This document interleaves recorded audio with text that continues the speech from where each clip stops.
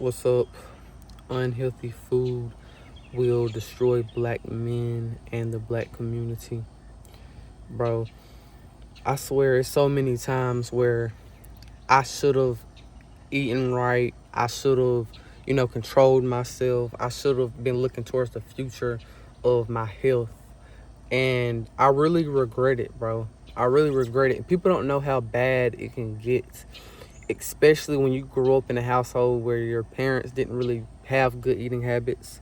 Not that they were super bad parents, but they didn't have good eating habits. So as I got older, I just ate what my parents ate. And it's only recently when I started really diving into being healthier, I understood that, okay, I can't eat everything I grew up eating. And I think that people don't understand how powerful it is for your culture to have, it's a good thing for your culture to have, a habit of eating healthy. I think that in the black community, or the culture of food and the the food we have in our community, that it's good to eat and it tastes good. Like, we don't follow really what is healthy for us. We follow what tastes good, right? And I think that in the black community, it's more based on soul food and all of these type of things. But that's what we need to get away from, right? And when we look at food and health and all these things, bro, I see a future for black people that, it's big, you know.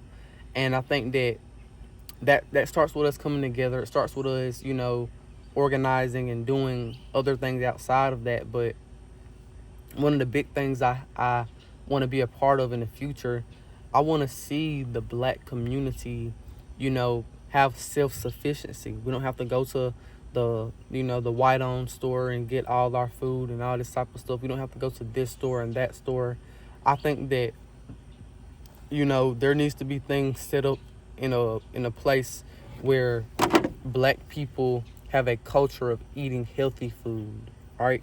When you look at the blue zones and stuff around the world, it's a plant-based diet. And I think that that's something that we really need to start focusing on in the black community, bro, because I hate seeing as we get older, we lose our health. People have to take care of us. We have to depend on other people. I'm one of those guys that I understand that aging is not linear. It depends on how you treat yourself. And I think most of us, we treat ourselves bad when we're young. So then by the time we're in our 40s, 50s, 60s, we don't have that life in us anymore, because we just can't be the same. We didn't take care of ourselves, right? And as I'm getting older, I understand that if I want to feel as good as possible, if I want to look as good as possible, if I want to really be the best version of myself, my physical health has to be prioritized. Not only, eating healthier, but working out, staying strong. All those things matter. And I think that we lack that. Like, a lot of people in the black community, a lot of black men, we prioritize getting money over our health. We prioritize getting women over our health.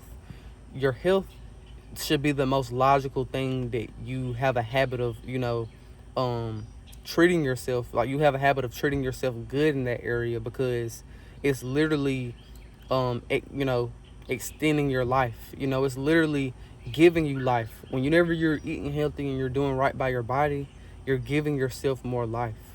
Whenever you eat bad and you don't take care of yourself and you're sedentary, you know, death is coming onto you a lot faster. Aging is coming onto you a lot faster, man. And I think that that's something I'm really fascinated by, that if you treat yourself right, you can increase your lifespan. And not only that, if you look at epigenetics, I want my sons and my daughters to be healthier than I am, right?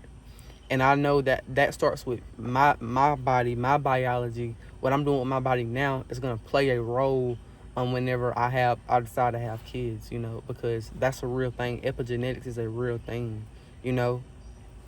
And that's why I have to find a wife, or a woman who's super healthy, because I want my life to be particular. And I don't even know if particular is the right word, but I want my life to be in a place where I really give my kids that chance of, thriving, And one of the things you see the most neglected in the black community, we don't eat healthy. Like, we just don't eat healthy. You know, you'll find, every once in a while a person who really eats healthy in the black community, but it's definitely not a part of our community. It's more of like a small percentage of us maybe eat healthy, right? And an even smaller percentage has a family and the whole family eats healthy, right? And if we want to see each other thrive, if we want to get rid of disease, if we want to go above and beyond, not only in financially and economically and all these things as a community, we need to thrive physically in our physical health. Because guess what? I'm telling you right now. The government do not care about you being healthy, especially as a black man or a black woman. They don't care about you being healthy. And I've dove deep into things when it came to dang man, that bug. I've dove deep into things about how the government makes money, and I start to understand that they don't really care about anybody, let alone black people especially, but they don't care about anybody. And as long as they can pull money from you and extract money from you, that's what they'll continue to do. And that's why when you look at the pharmaceutical industry, who literally, I think, makes billions to trillions of dollars annually, you start to see that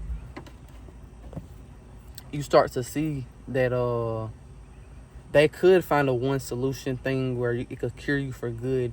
But why would they do that if these shareholders that they have in these in the pharmaceutical technology and the pills and all these things in the pharmaceutical industry, these shareholders, they're expecting money back. They're expecting a big financial return. And how do they do that? They got to make more treatments, they got to make more chemicals, they got to make more pills, right?